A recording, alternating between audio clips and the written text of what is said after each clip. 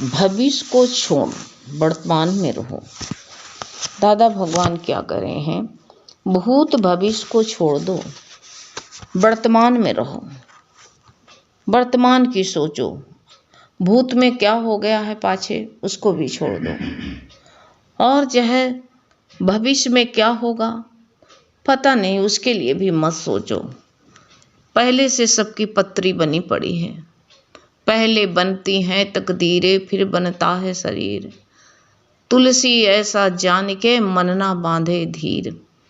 मन को समझाओ कि मन ना भूत की चिंता करो ना भविष्य की, सबको छोड़ो, वर्तमान में रहो। अभी इस वक्त अगर खुशी है, हंसी है, तो अपने वर्तमान में रहो।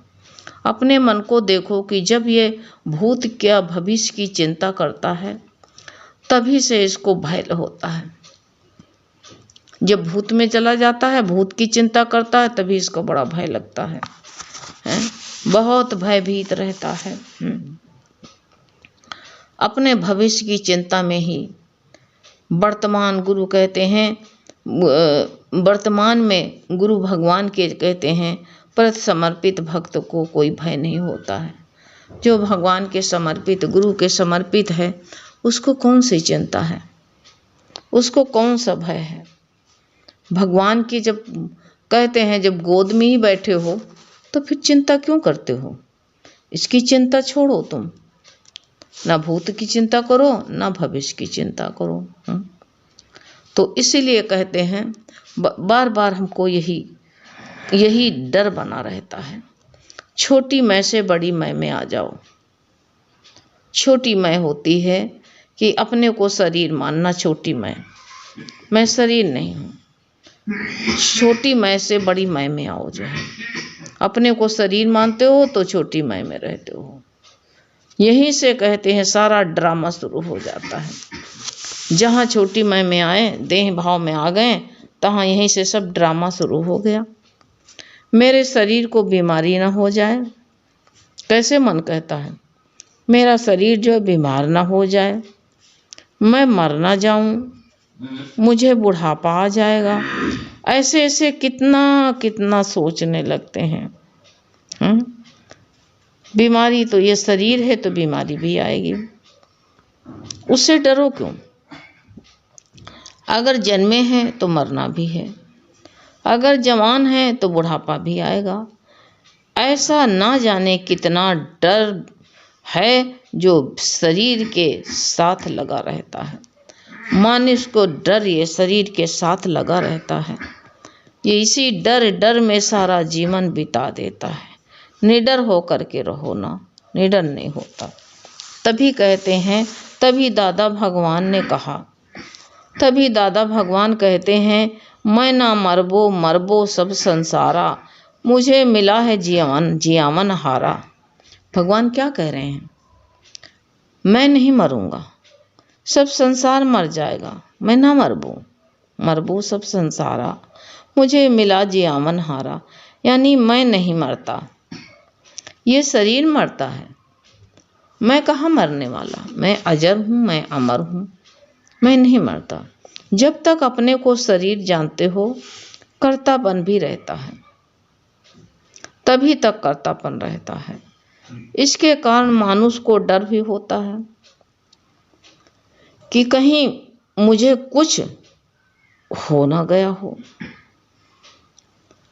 बार बार यही मन में आता है, मुझको कुछ हो ना जाए तो मेरी बीमारी, तो मेरी बच्चा, मेरे परिवार का क्या होगा? मेरे परिवार का क्या होगा? मेरा परिवार कैसे चलेगा? तो तुमको भगवान ने चलाया तो क्या परिवार को नहीं चलाएगा? परिवार को भी चलाएगा।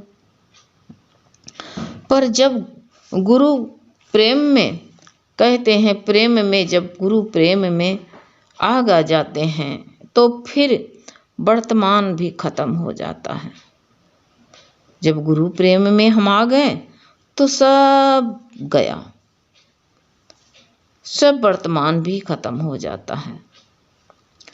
ऐसा विश्वास हो जाता है कि गुरु भगवान आपकी शक्ति से ये जो है शरीर हमारा क्रिया कर रहा है। सारी क्रियाएं मेरे शरीर से हो रही हैं। गुरु जब समर्पित होते हो तो गुरु को ही याद करते हो कि गुरु तुम ही चलाते हो। समर्पित भक्त कैसे करता है? जब भगवान के समर्पित हो गए तो कहते हैं मैं कुछ नहीं करता हूँ, संसार आपका। संसार आपका है तो कार्य भी आपका ही है, आप ही करवा रहे हैं। ऐसा भाव रखने से शरीर से कार्य भी होता है, पर उसमें डर भी नहीं होती है। डर की वृत्ति निकल जाती है। हर कार्य सहज भाव से होने लगते हैं। जब डर हमारे अंदर से निकल गया तो सारे कार्य जो है डर सारी हमारी वृत्ति बन गई और डर भी निकल गया और सब काम सहज से होने लगे। अपने भय के कारण ही सतगुरु को जो हम यही भय ही बताते हैं, सतगुरु से भय की ही बात करते हैं। जब सतगुरु भगवान से हमें अपना साथ में अपने भय को कह लेते हैं तो हमें उसका भी सही जो है मार्गदर्शन मिल जाता है। जिस कार से भय लग रहा है, जिससे हमको डर लग रहा है, तो क्या करें हम? भगवान से कह लो ना, बता दो तुम्हारे। अब तुम कहोगे भगवान को कहाँ ढूंढने जाएं? भगवान के बहुत दिन से दर्शन नहीं हुए हैं, भगवान में साकार में नहीं है, मेरा गुरु नहीं मिला। अरे तेरा गुरु, हमारा गुरु, तेरा गुरु अंदर बैठा है। ए मन, तेरा गुरु तेरे भीतर, तेरा साईं तुझ में है, देख सके तो देख। तुझ में बैठा है वो, देखना। भीतर है सखा तेरा सखा, मन लगा के देख। अंतःकरण में ज्ञान की ज्योति जला के देख। देखना, देखता नहीं है अंदर की तरफ। हाँ, कहते ईश्वर को ढूंढा तू दुनिया में हर कहीं, पर अंतःकरण में अपने झांका कभी नहीं। तभी तो दूरी है, तभी दूरी है। तो कह लेते हैं तो हमें उनका सही मार्गदर्शन भी मिल जाता है। कह दो भीतर बैठा है वो, कह दो ना। सतगुरु का निष्काम प्रेम, शुद्ध आत्मिक भाव हमको तृप्त कर देता है। आत्मिक भाव, शुद्ध भाव, तभी तृप्ति आ जाती है, हमको तृप्त कर देता है और हमारा भय भी हवा हो जाता है। जहाँ आत्मिक प्रेम है वहाँ कहते हैं भय ठहर नहीं सकता है। आत्मिक प्रेम नहीं है तभी भय लगता है, तभी डर लगता है, वहीं पर ठहर जाता है। और जहाँ परमात्मा से परमात्मक भाव है वहाँ कैसे भय ठहरेगा? अतः माया के पार जाना चाहते हो तो कहते हैं भय मुक्त होना चाहते हो तो उन्हें सतगुरु की शरण में आना चाहिए। जिसको भय से मुक्ति चाहिए, जो भय से मुक्त होना चाहता है, हैं? चाहते हो कि नहीं? अगर चाहते हो तो कहते भय मुक्त होना चाहते हो तो उन्हें सतगुरु की शरण में जाना चाहिए। सतगुरु की शरण में जाओ, सतगुरु के सानिध्य में रहना चाहिए, वो उनकी आज्ञा में चलना चाहिए। जब आज्ञा में चलते हैं तब डर भी चला जाता है, सारा कार्य बन जाता है सब। जब कहते हैं संबंध बना लो ना, जिसका अपने प्रभु से संबंध है उसे हर हाल में आनंद ही आनंद है। प्रभु से संबंध बना लो, सच्चा संबंधी है। भगवान पर कहते हैं समर्पित हो जाओ। मुख से नहीं बोलो, नहीं कि मुख से बोल दिया, नहीं, कहते हैं भीतर से। ये समर्पित भीतर से हो जाओ ना। सच्चा समर्पित का अर्थ है यही कि हमें भगवान से प्रेम हो, भगवान पर पूरा पूरा विश्वास हो कि भगवान हर पल हमारे साथ हो। आप मेरी पूरी तरह से संभाल कर रहे हो प्रभु। कौन करेगा? कैसी भी परिस्थिति आ जाए हैं तो क्या हुआ, भगवान के समर्पित हो जाना है ना। बुद्धि ना चले, उसके अंदर से तो सब एक ही आवाज निकली। सच्चे भक्त के अंदर एक आवाज निकलती है कि मेरी नैया प्रभु आप संभालते हो। कौन? जब हम अपने जीवन की बागडोर उस मालिक पर, सद्गुरु के हाथ में दे देते हैं, तब जीवन कितना सरल हो जाता है। दे दो ना, क्यों पकड़ के बैठे हो? जीवन सरल हो जाता है। इससे विपरीत जब हम अपने जीवन की नैया स्वयं का केवट बनने लगते हैं, नहीं, उसी के हाथ में पतवार छोड़ दो, उसी के हाथ में छोड़ करके छोड़ दो ना। हमारा क्या है? जो कुछ भी मिल गया है बहुत उसमें खुश रहना है। कुछ नहीं मिला है तो बहुत दुखी हो जाते हैं। जैसे गुरु कहते हैं, एक आदमी समुद्र के किनारे सवेरे सवेरे टहल रहा था। अचानक उसकी नज़र समुद्र के किनारे पानी पर तैरती हुई एक चांदी की छड़ी पर पड़ गई। उसने छड़ी पकड़ ली और बड़ा खुश हुआ। सोचने लगा, अगर मैं छड़ी को किनारे रख करके नहाता हूँ तो कोई उठा करके ले जाएगा, इसलिए हाथ में ही ले करके नहाना चाहिए। अब जब वो हाथ में छड़ी को लेकर के नहाने लगा, तभी एक बड़ी सी लहर आई और तेजी से छड़ी को बहा करके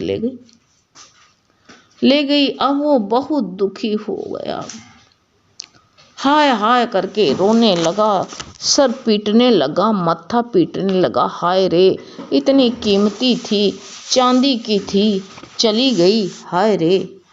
बहुत आवाज दे करके रोने लगा, बहुत मत्था पीट रहा, रो रहा। तभी उधर से एक संत गुजरे। उसने उससे दुख का कारण पूछा तो आदमी ने सारी बात बता दी। संत बोले, हो जो चीज तुम्हारी नहीं थी वापस चली गई, अब दुखी क्यों हो रहा है? क्यों हाय मचा रखी है? काहे लिए? इसका सिद्धांत यही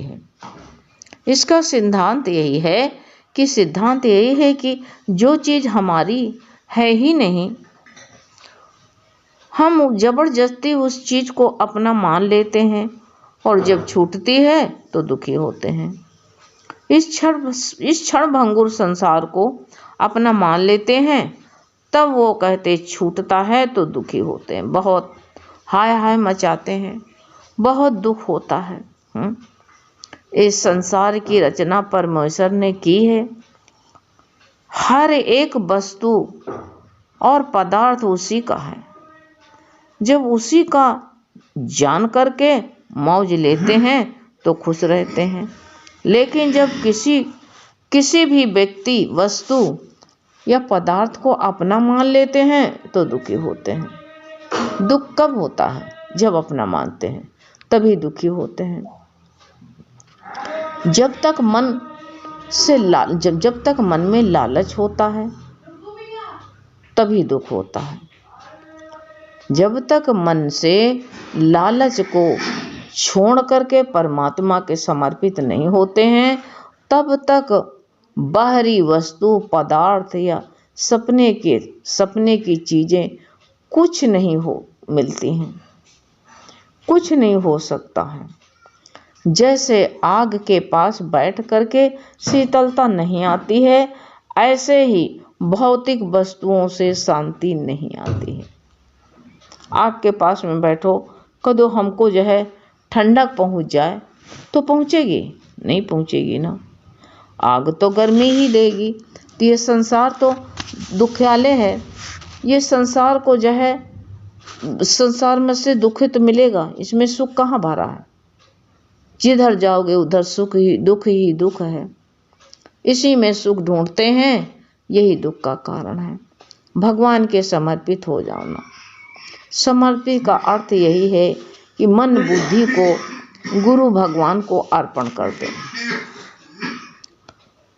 जब भगवान को अर्पण कर दिया जाए तभी कहते हैं, अर्थात अहंकार खत्म होकर दिया जाता है। अहंकार से पार जाने का एक ही तरीका है, समर्पित हो जाओ। जो व्यक्ति अपने अहंकार को गुरु भगवान के समर्पित नहीं कर सकता है, वो अपने लालची मन को कभी भी एकाग्र नहीं कर सकता है, कभी भी एकाग्र नहीं कर सकता है। क्योंकि अहंकार एक प्रकार का कहते हैं भयंकर विष है। जो अहंकार है वो भयंकर विष है, विष ही है। और शरीर में विष रहते हुए व्यक्ति शांति को नहीं प्राप्त कर सकता है, उसको शांति नहीं प्राप्त हो सकती है। जब तक विष भरा है अंदर, तब तक जहर नहीं निकल जाएगा, तब तक उसके अंदर जो है शांति नहीं आ जाती। अज्ञानी को कहते हैं शांति तो अहंकार के कारण नहीं मिलती है। और ये विष अज्ञान के, जो ये कहते हैं यही विष अज्ञानी मन के लिए अमृत होता है। यही विष जो है, जो विष भरा है, यही जो है मन के लिए अमृत हो जाता है। जब तक कहते हैं, जब इसी तरह से बल हमारे मन को मिलेगा तो मन एकाग्र हो जाएगा। ये जहर को, विष को अमृत कैसे बनाया? प्रेम से, ज्ञान से। तो इसलिए बता रहे हैं कि जैसे शरीर में सांस लेने छोड़ने वाली वायु को रोकना कठिन है, उसी प्रकार कहते विषय में निरंतर विचरने वाला लालची मन एकाग्र करना कठिन है। तो इसको कठिन से सरल कैसे बनाएं? भगवान के समर्पित हो जाए। सहज इस चारा है, समर्पित हो जाओ, बस इससे बढ़ कर के और कुछ नहीं। हरि